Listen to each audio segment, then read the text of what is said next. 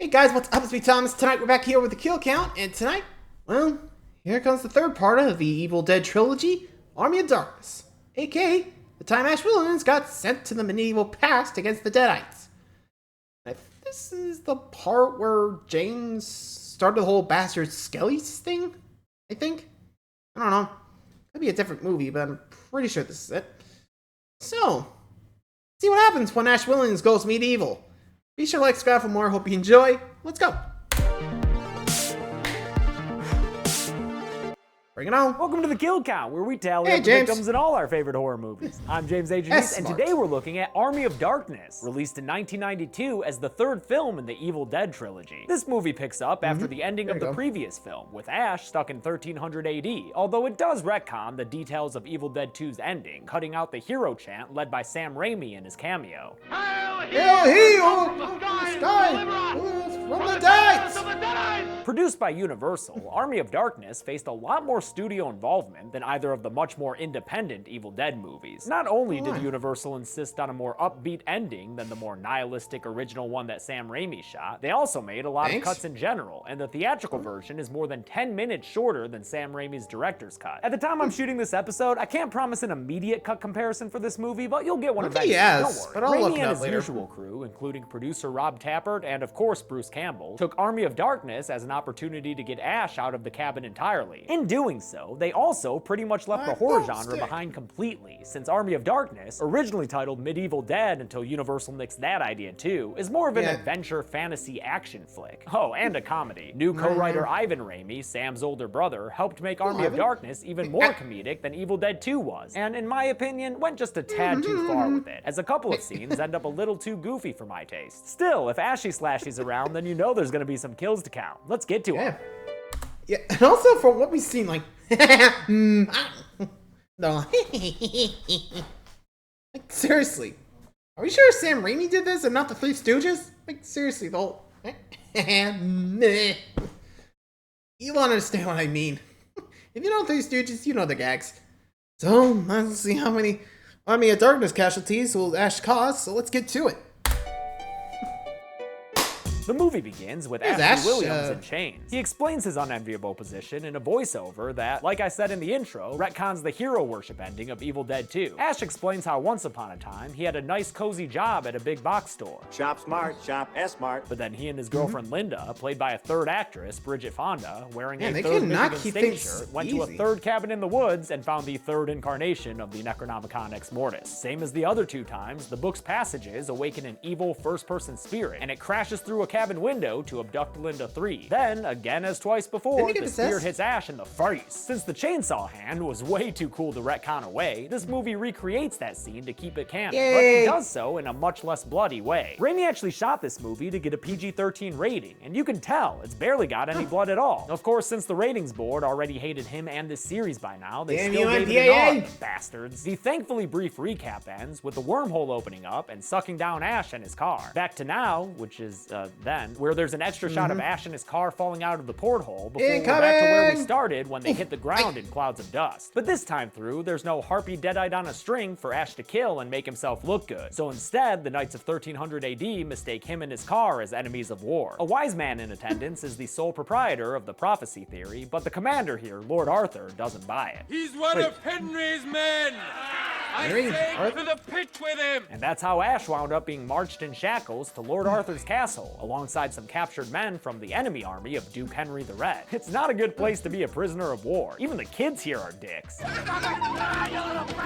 One fair castle maiden, Sheila, approaches Arthur and asks what happened to her brother, but when she learns that he was killed in battle, she spits in Ash's face and tears at his hair. Oh, come on, what did he do? He's got enough trouble on his hands. Didn't you hear that he was slated for the pit? Pits are never good. Sometimes they have sarlacc and shit. Lord Arthur and Henry the Red are currently waging war against each other, even though they're both apparently afflicted with a nasty case of deadites. And this evil is befouled my people as well! But at least Lord Arthur has made use of the evil scourge, since he keeps one down in that pit we've all been hearing so damn much about. First into the hole, though, is a random soldier of Henry's who is thrown in and lands deep down inside with a splash. After only a minute, the unseen soldier becomes a very bright red, very high spewing blood. This is about it for the blood you'll see in this movie. movie, and even here, it's entirely comical, not scary at all. Seeing this, another one of Henry's dudes makes a run for it. But Lord Arthur calmly fires an arrow that flies through the air in a couple of fun shots and pins the deserting soldier to a random stake in the yard to die against. Not wanting I'm surprised he didn't go for the butt with that one. Ash tries to distance himself from Henry the Red. Hey, I don't know. I never even saw these assholes before. But with one powerful rock toss from Sheila that hits Ash in the head, he's pushed into the pit and falls down into the shin-deep water below. Now, there may not be a Sarlacc down here, or even a Rancor for that matter, but there is an angry evil Deadite lady who starts pounding Ash in the face repeatedly as everyone above cheers her on. Ash begins to fight back with some Sonya Blade moves, but then Lord Arthur just orders some spike walls to close in on him. Things look pretty bad for Ash until the wise man shows up and tosses his chainsaw into the pit. Ash leaps up and befits his wrist with the power tool, and that, my friends, is how Ashy got his groovy back. With one solid swing, he decapitates the pit witch and leaves her pieces floating in the nasty shallow water. Before he can find a way out of it, another Deadite comes out of the mossy walls and goes after him. He cuts its hand off, which hits some old dude up above in the mouth, and then uses his belt to hitch a ride out. But the nasty Deadite, known as the pit bitch, I guess, doesn't want to let him go. This nasty snarling creature was designed and played by Billy Bryant, who, fun fact, also played the Stay Puft Marshmallow Man in Ghostbusters. Ash is able to escape as the spike walls close and heaves himself out to trick Lord Arthur with a classic 20th century gag. You know your shoelace is untied. You don't have shoelaces. Did they even have shoelaces back then? Ash threatens. Probably not. I was surprised he didn't go like, what? Oh! I'm surprised that I'm surprised he actually looked. Yeah, I would have been like, huh? I mean, I think I was stuck uppercutted, but still, the heck? How do you fall for that? All the people around him, scaring them into submission, and demands that Henry the Red and his men are let go. Make sure you remember that favor when it comes time for the finale, Hank. After they ride out, Lord Arthur hilariously unsheathes his sword from a lowly sword boy and challenges Ash to a duel. But instead of accepting the offer, Ash chooses to Indiana Jones Lord Arthur and leave his long sword with a short blade. See this? Here we go. This is my boomstick! He runs through all the details for the gun, though I've read that they're apparently incorrect, but at least the gun was manufactured in a cool place. That's right, this sweet baby was made in Grand Rapids, Michigan. Hell yeah, Grand Rapids. You gave us Ash's boomstick and, Gerald Ford. Could be worse. He also makes sure to let the fine folk of 1300 AD know where they can pick one up for themselves. Shop smart. Shop S-smart.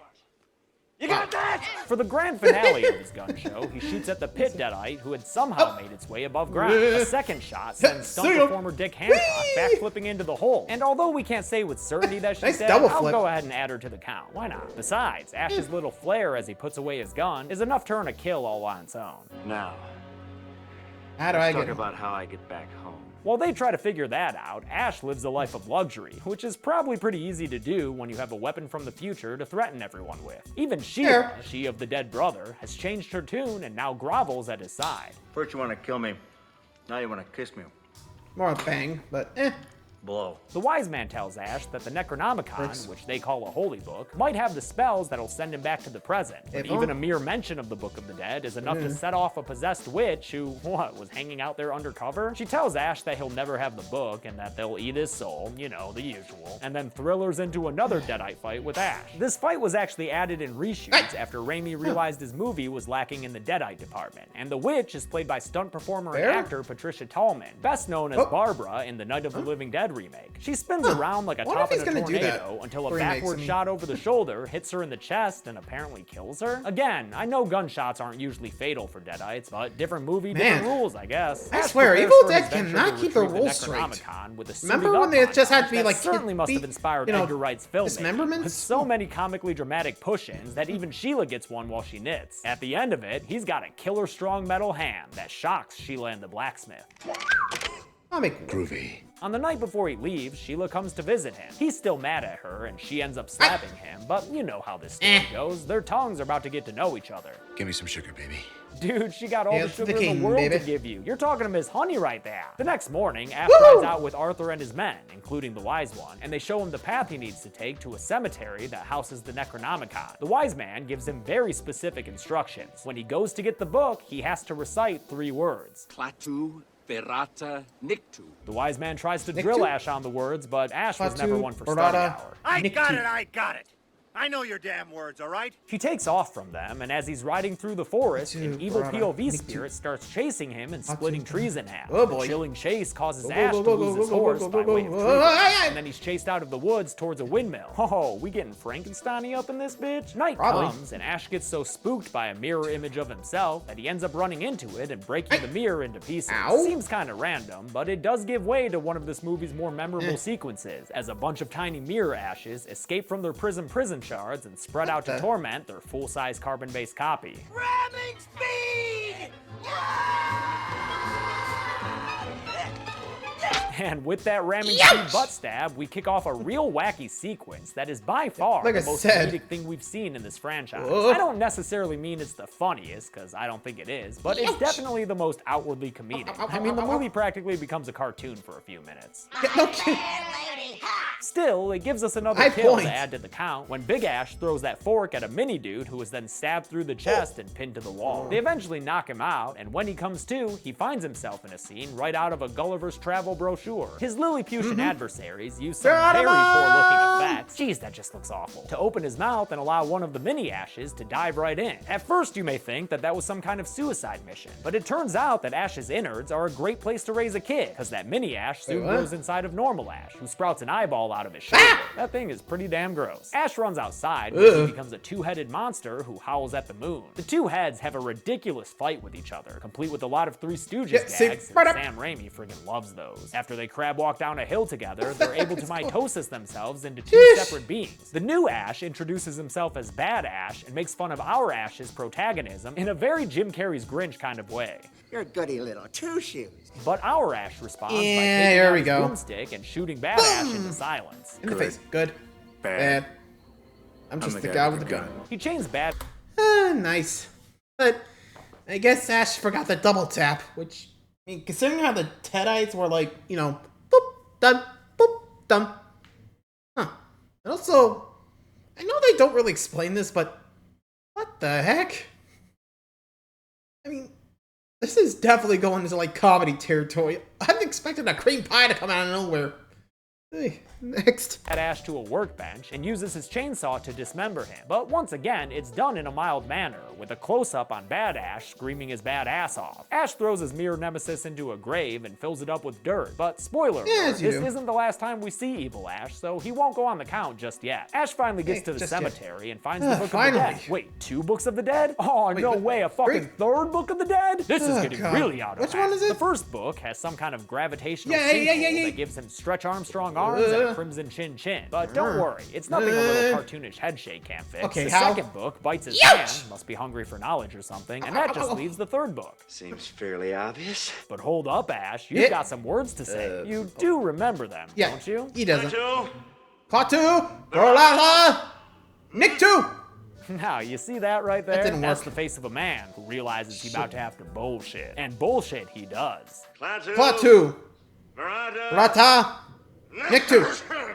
If this movie's taught us one thing, it's that that's Ashley not gonna Williams work. is never the smartest man in the room. But I guess he thinks the Evil Dead spirits are just as dense as he is, since he considers the deed done and picks up the book. Of course, shit goes south. Here we go. Gravestones start taking Fly off on like gravestones, bottle rockets, heads up. and on his way out, skeleton hands reach out and trip Ash before going into more comedic fight stuff. They could maybe dial it back a little bit, but at least Bruce Campbell commits. With any other actor, this shit would not fly. Ow.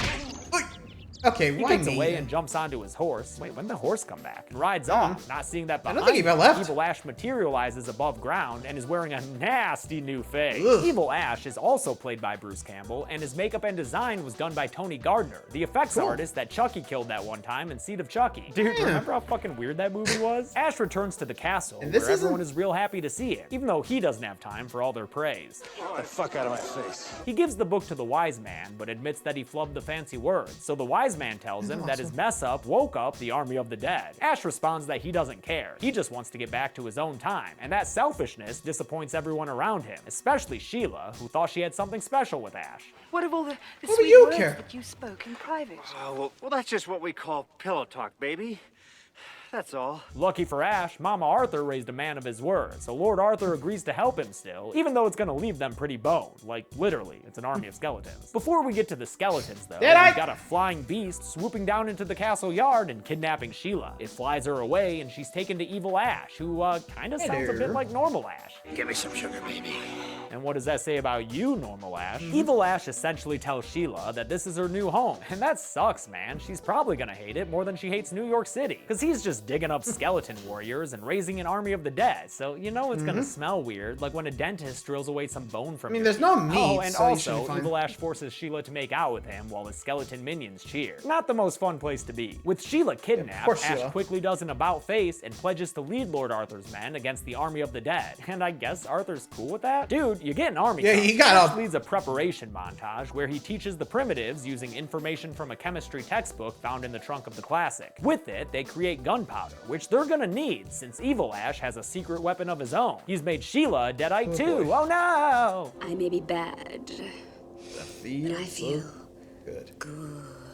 It's go time as Ash witnesses from atop a turret the impending army of the dead. I fucking love that they have a flautist, a drummer, and a couple of bony bagpipes. Good stuff. Evil Ash, who's downright rabid as he talks about nabbing the Necronomicon, sends his army towards the castle, where Ash's archers are waiting with dynamite strapped to their arrows. They fire away, and the explosions burst bones all over the place. Good thing I ain't counting skeletons on this list, because that shit would be impossible. But the skeletons keep up their attack, and fire some arrows that kill 2 of Arthur's men atop the ramparts. One of them falls down to the bridge below, where more skeletons are crashing through the castle gates. This is gonna get real messy real fast, but you know me, I went frame by frame looking for kills. My efforts resulted in counting an initial batch of 8 soldiers who get killed by skeletons, stabbing or slashing them with swords, or by various generic battle methods that left them lying dead in the background. To counteract this mayhem, Ash busts out the classic, which has been converted into a deathmobile, and as he drives it around, fucking up skeletons like they xenomorphs and This Is Alien, I see another background guy dying, but oddly enough, not to any foe in sight. Are you telling me we gotta fight in business cars now? Sheila steps out and shows herself in regular Embeth David's form, and during that shot, I see 3 more dudes in the background getting killed. Starting to get some Purge flashbacks here, and I do not like it. Anyway, Sheila's heavenly beauty causes Ash to crash that classic and destroy the car in an explosion. 3 more soldiers get killed by an arrow shot, a sword stab, and Evil Ash's crossbow to the face as he and his lieutenant, played by Bill friggin' Mosley in an eye patch, enter the castle. Meanwhile, Evil Sheila attacks Ash and tries to spearhead an end to his lineage before he's able to knock her into the pit. During that fight, I counted 6 more kills, including the dude crawling away with a sword in his back and another dude getting stabbed in the face. The best one, though, is definitely the guy in the background getting repeatedly stabbed by a skeleton. That's a lot of fun. We get another random soldier's dead body atop a castle turret when his living comrade sees that Duke Henry the Red has shown up with his men to help rescue the castle. And although the new reinforcements are able to handily dispense of the evil minions, Evil Ash pulls a Stannis and climbs up a ladder to kill one poor soldier himself. Then after Good Ash climbs up after him, we see another random dead dude in the background draped over the parapet. And finally, while Ash fights minions, a human soldier runs by the foreground with a sword through his back, and I just don't think he's gonna make it, so let's count it. Evil Ash heads over to the Necronomicon, pausing long enough only to kill another soldier by punching him in the face and breaking his neck against the castle wall. When he reaches the unholy Book of the Dead, he's stopped from grabbing it by Ash, who throws a spear through his back and sets off their final climactic battle. Time for another fight full of Ash.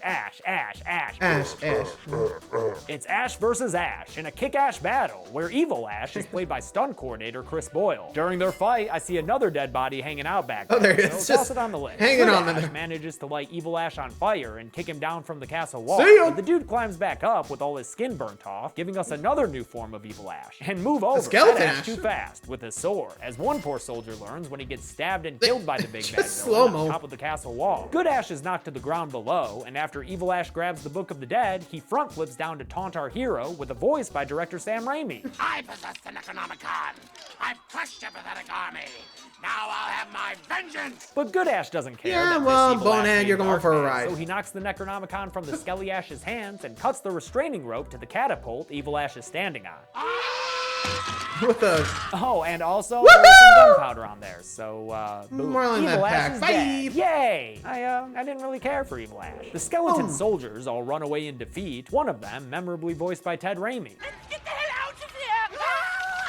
Sheila is reverted back to her normal maiden form, so she and Ash can embrace. Peace is also made between Arthur and Henry the Red, so cool, a happy ending for everyone. Fist pumps all around. For Ash, the you wise can't man seem to get uses the home. Necronomicon to fix up a little potion for Ash, and he tells him that he's got to recite the words precisely this time if he wants to get back home to the present. Ash and Sheila share one last kiss goodbye, and then he's off. And the movie fades into a blue light Yeah, I special think he at actually Esmart, messed up on the where it's Sith. revealed that Ash is telling his story to a very skeptical co-worker, who is also played by Ted Raimi. But Ash once again admits that he might have flubbed the words a little bit. So later on, after he's talking to the chick that left Adam Sandler in The Wedding Singer, an evil wind whips through and reveals a goddamn deadite in the store. This reshot ending was filmed well after the rest of the movie had wrapped, and it kind of feels like Bruce Campbell's not as into it, even though he gets some memorable lines.